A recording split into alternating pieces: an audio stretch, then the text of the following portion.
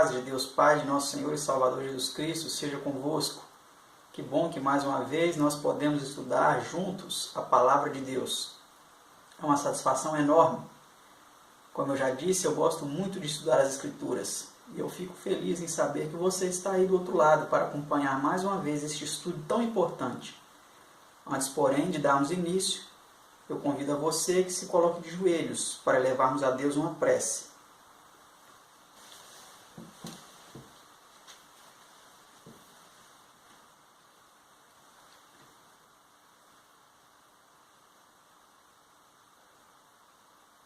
Pai Santo e Pai Eterno, mais uma vez nos encontramos aqui para te adorar em espírito e em verdade. Mas também queremos estudar as tuas sagradas Escrituras. E suplicamos, Senhor, a iluminação do teu Divino Espírito Santo, para que possamos compreender a tua palavra sagrada.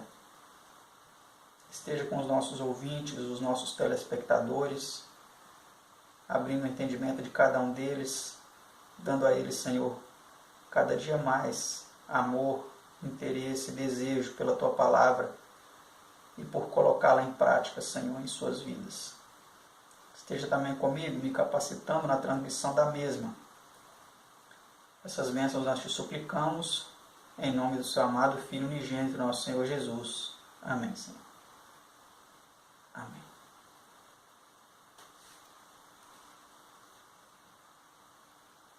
Hoje vamos estudar o tema de número 14, que tem como título Cristo, o caminho da vida. Na lição passada, nós estudamos as profecias concernentes a Cristo. Vimos com exatidão que muitas profecias do Antigo Testamento se cumpriram na pessoa de Jesus. Vamos agora continuar estudando um pouco mais a respeito de Jesus, o nosso Salvador.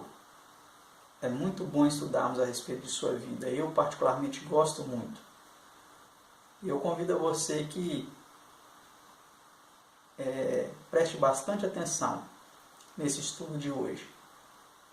Se você tem alguém aí na sua casa que às vezes está fazendo alguma outra coisa, chame lá essa pessoa para acompanhar esse estudo. Jesus ama você, ama os seus familiares, seus amigos, e Ele quer muito que você aprenda mais sobre Ele. Então chame as pessoas que estão aí na sua casa, não deixe elas de fora, para que juntos possamos aprender um pouco mais a respeito deste assunto tão importante. Vamos para a pergunta de número 1. Ela diz assim: que declara Jesus de si mesmo? O que Jesus diz a respeito de si próprio? Vamos ver a resposta a esta pergunta. Acompanhe em sua tela. Diz assim: disse-lhe Jesus, eu sou o caminho e a verdade e a vida. Ninguém vem ao Pai senão por mim. João 14, versículo 6. Olha que interessante. Então Jesus ele diz que ele é o caminho, a verdade e a vida. Ninguém, absolutamente ninguém pode ir ao Pai a não ser por ele. Jesus é o único caminho que nos leva ao Pai. E é importante, muito importante nós sabermos disso, né? Porque muitas pessoas têm proposto aí outros caminhos, proposto outras formas de se chegar a Deus, dizendo que existem vários caminhos para se chegar a Deus, achando que de qualquer forma o ser humano pode chegar a Deus, mas não é bem por aí. Precisamos ter a exata consciência de que Jesus ele é o caminho, que ninguém pode ir ao Pai se não for por Ele. Sabendo disso, vamos então para a pergunta de número 2, que diz assim: qual é a condição de todos os homens? Vamos então ver qual é a condição de cada ser humano. Acompanhe a resposta em sua tela. Diz assim: mas a Escritura encerrou tudo debaixo do pecado. Gálatas 3:22. o outro texto, porque todos pecaram e destituídos estão da glória de Deus. Romanos 3, 23. Então essa é a condição de todo homem, né? Todo homem está na condição de pecador. Todos pecaram. E eles necessitam, cada um de nós necessitamos da glória de Deus. Vamos para a pergunta número 3. Qual é o salário do pecado? Veja a resposta em sua tela. Diz assim: porque o salário do pecado é a morte. Romanos 6, 23. Então, o mesmo versículo aí apontado na pergunta 2, né, apontado aí na pergunta 3. O salário do pecado é a morte. Por isso que todos nós estamos fadados ao extermínio, não só essa morte comum, mas o extermínio total. Se não fosse Jesus ter vindo para morrer em nosso favor, não teríamos a esperança além do túmulo, além da sepultura. Essa morte de que estás falando aqui, o salário do pecado é a morte eterna. Porque Deus disse lá para Adão e Eva, no jardim do Éden: se vocês comerem do fruto, certamente vocês vão morrer. E essa morte não era a morte que nós morremos hoje sem esperança. Era uma morte totalmente fadada ao extermínio total. E nunca mais ter chance nenhuma de ressurreição. Mas Jesus, ele morreu em nosso favor para nos dar essa esperança, não é mesmo? Vamos para a pergunta 4. Quantos foram atingidos pela transgressão de Adão? Então vamos ver a resposta a essa pergunta. Se foi alguns apenas, se foi todos, vamos deixar a própria Bíblia falar. Diz assim a resposta: pelo que como por um homem entrou o pecado no mundo, e pelo pecado a morte, assim também a morte passou a todos os homens. Romanos 5, versículo 12.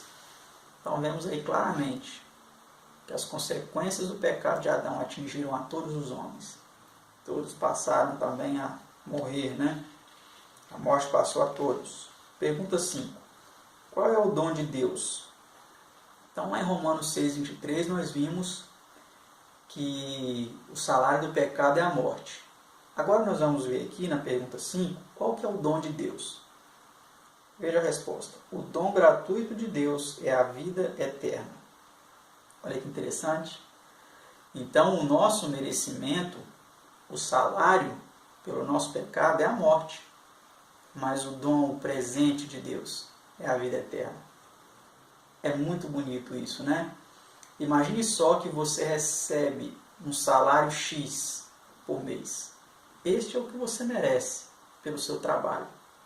Mas o seu patrão, no final do mês, ele chega para você e fala assim: eu vou dar a você uma gratificação, porque eu gostei muito do seu trabalho. E ele te dá um presente, uma gratificação.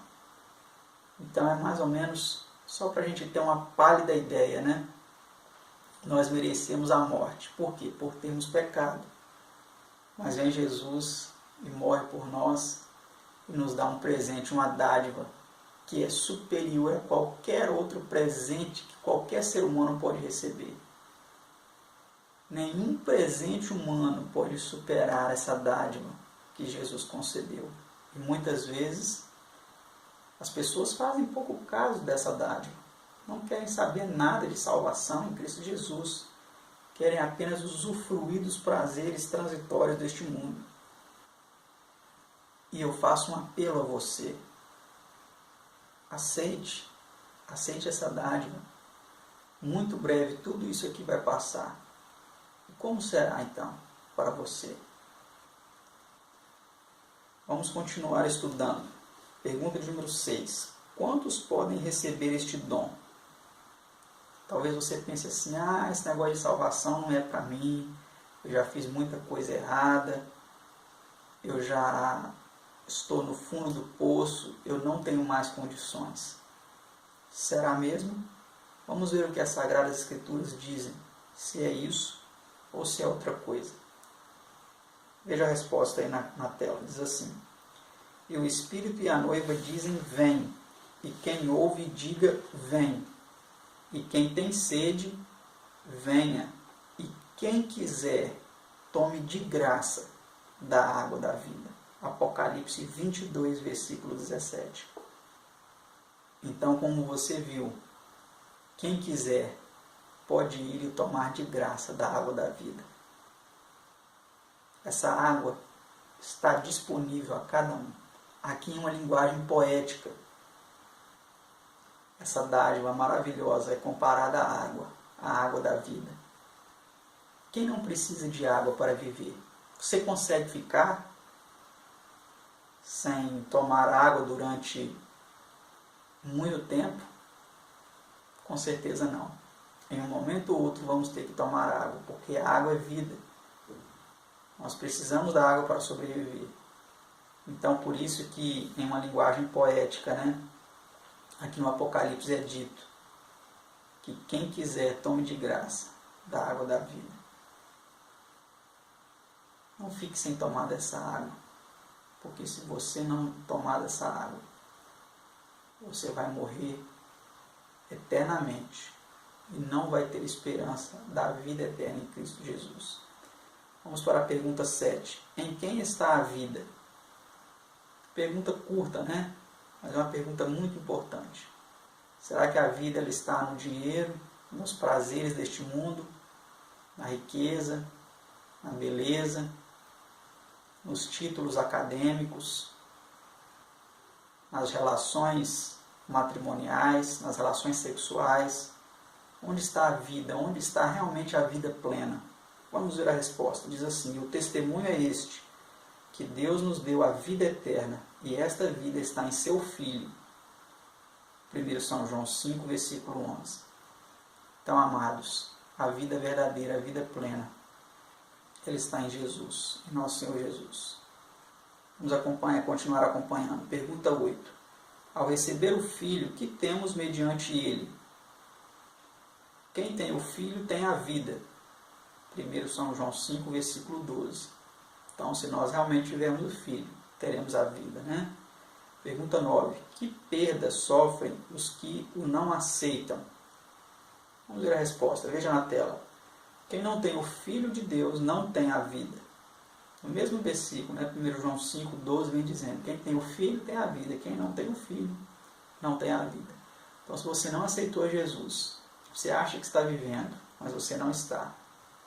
Você já está morto. É só uma questão de tempo para a sua destruição total, para a sua aniquilação. A vida realmente plena não é essa vida que a gente vive aqui.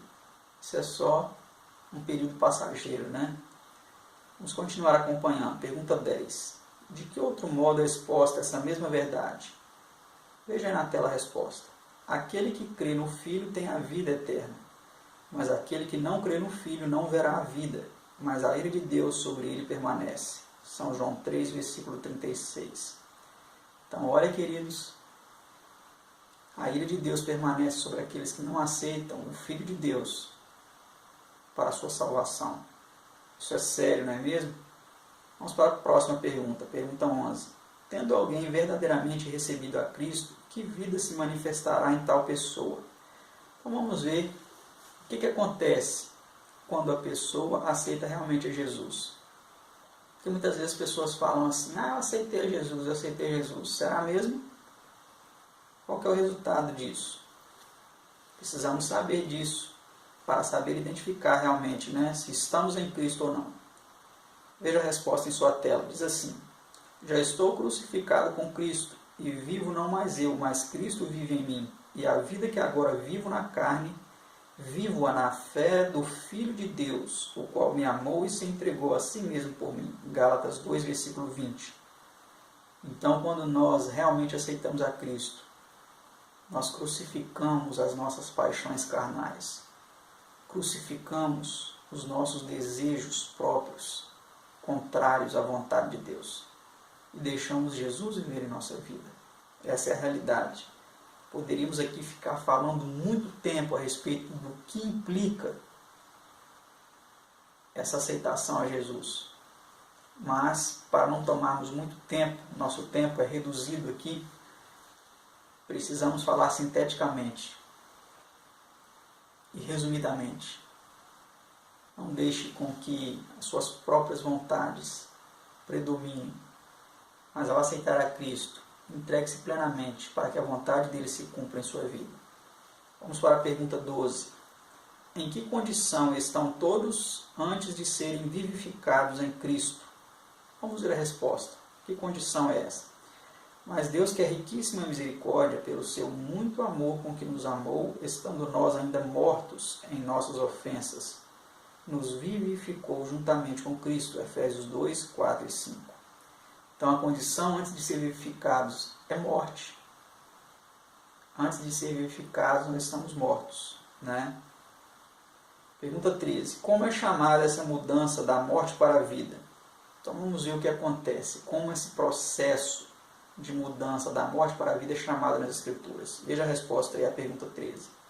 Sendo de novo gerados, não de semente corruptível, mas da incorruptível, pela palavra de Deus viva e que permanece para sempre. 1 São Pedro 1, 23. Então, quando nós passamos da morte para a vida, nós somos gerados novamente. Acontece em nós o processo do novo nascimento. Também relatado lá no Evangelho de João, no capítulo 3, ali no diálogo de Jesus com Nicodemos, né, onde ele diz para Nicodemos: Nicodemos, quem não nascer de novo não pode ver o reino de Deus. Então, é o processo do novo nascimento, né, ser de novo gerados. Pergunta 14. Quando o homem transgrediu pela primeira vez, que foi feito para evitar que vivesse eternamente em pecado? Então vamos ver a resposta. O que foi feito?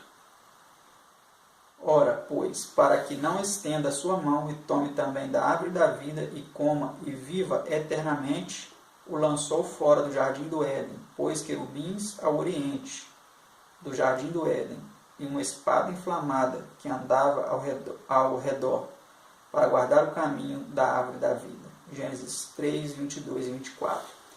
Então muitos estão dizendo por aí que apenas o corpo morre, mas a alma é imortal, a alma vai continuar, a alma é eterna. Isso é uma mentira de Satanás. Porque Jesus, quando o homem pecou para que ele não vivesse eternamente, ele foi expulso do jardim, e anjos foram colocados ali na porta do jardim com uma espada de fogo, para que eles não comessem da árvore da vida e vivessem eternamente. Então essa ideia de que o homem, ao morrer, ele passa apenas dessa para uma melhor, ele passa para uma outra esfera de existência, isso é uma mensagem satânica. Isso é uma mentira do inimigo. Porque ele disse isso lá para Eva no início: se você comer do fruto, você não vai morrer não. Certamente não morrerás. E isso é uma mentira. Nós vemos aqui claramente que para que o homem não vivesse eternamente, Deus o expulsou do jardim do Éden e proibiu que ele comesse o fruto da árvore da vida, né? Vamos para a próxima pergunta, pergunta 15. Qual se declara ser um dos propósitos da morte de Cristo? Para que Cristo morreu? Vamos ver.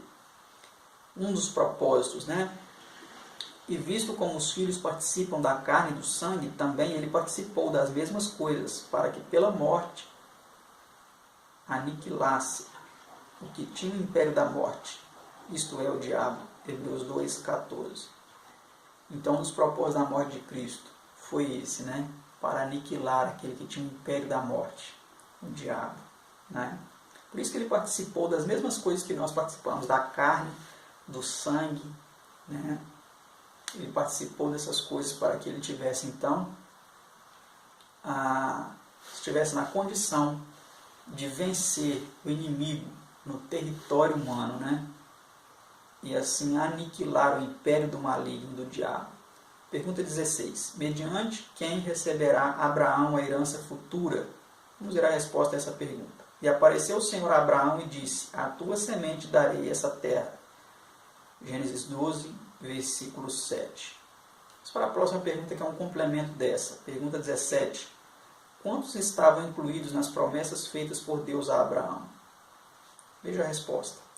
Na tua descendência serão benditas todas as famílias da terra.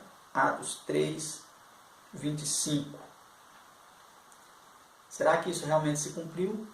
Vamos ver na próxima pergunta. A quem se refere a palavra semente nessas promessas? Ou a palavra posteridade, né? Algumas traduções podem variar aí essa expressão. Posteridade, descendência, semente, mas tudo se aplica à mesma situação. Então, a quem se refere isso? Essa palavra. Vamos ver a resposta. Ora, as promessas foram feitas a Abraão e à sua posteridade. Não diz e às posteridades, como falando de muitas, mas como de uma só, e a tua posteridade, que é Cristo. Gálatas 3,16. Então, na descendência de Abraão, na posteridade no singular, né? Na semente no singular de Abraão, que é Cristo, que foi um descendente direto, né? Se você pegar a genealogia ali nos evangelhos, você vai ver ali toda a árvore genealógica, vai ver que passa por Abraão, começa por Adão, passa por Abraão e chega até Cristo. Você vai ver que realmente se cumpre de fato. Em Cristo foram benditas todas as famílias da terra. Por quê? Porque se não fosse por Cristo, toda a humanidade estaria perdida. Vamos para a próxima pergunta, pergunta 19. Estamos encaminhando para o final de nosso estudo, que é composto de 22 perguntas. Vamos para a pergunta 19, que diz assim: que tornaria debalde a morte de Cristo? Ou seja, o que tornaria em vão, né? O significado dessa palavra debalde é em vão. O que tornaria debalde a morte de Cristo, em vão a morte de Cristo? Se a justiça provém da lei, segue-se que Cristo morreu, debalde. Gálatas 2, 21. Então, ou seja, se nós somos justificados, se nós somos salvos pela lei, isso significa que Jesus morreu em vão, né? Mas nós sabemos que não somos salvos pela lei, somos salvos pela graça, a graça de Deus manifestada no ato de entregar o seu Filho único para morrer por nós. A lei, ela serve para nos apontar o que é pecado, né? E para nos levar a Cristo, que nos salva do pecado. Mas ela não foi também abolida. Mais adiante veremos um estudo específico sobre este assunto. Mas o fato é que nós somos salvos pela graça de Cristo, né? Vamos para a pergunta 20, antepenúltima pergunta de nosso estudo. Por que são todos postos sob o pecado? Veja a resposta em sua tela a essa pergunta. Mas a Escritura encerrou tudo debaixo do pecado, para que a promessa pela fé em Jesus Cristo fosse dada aos crentes. Gálatas 3, versículo 22. Então essa é a razão, né? Para que a promessa ela fosse dada aos crentes, né? Na pessoa de nosso Senhor Jesus Cristo. Penúltima pergunta. Como então se tornam todos filhos de Deus? Será que basta nascer para ser filho de Deus? Veja a resposta aí na tela. Porque todos sois filhos de Deus pela fé em Cristo Jesus. Gálatas 3, versículo 26. Então a nossa filiação a Deus, ela só é possível através da fé em Jesus Cristo. Porque quando o homem pecou, ele perdeu essa condição. Ele se tornou sujeito, né, às artimanhas do maligno.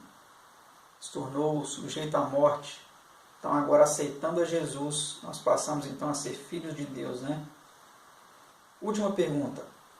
Pergunta 22. Juntamente com quem são herdeiros os filhos de Deus?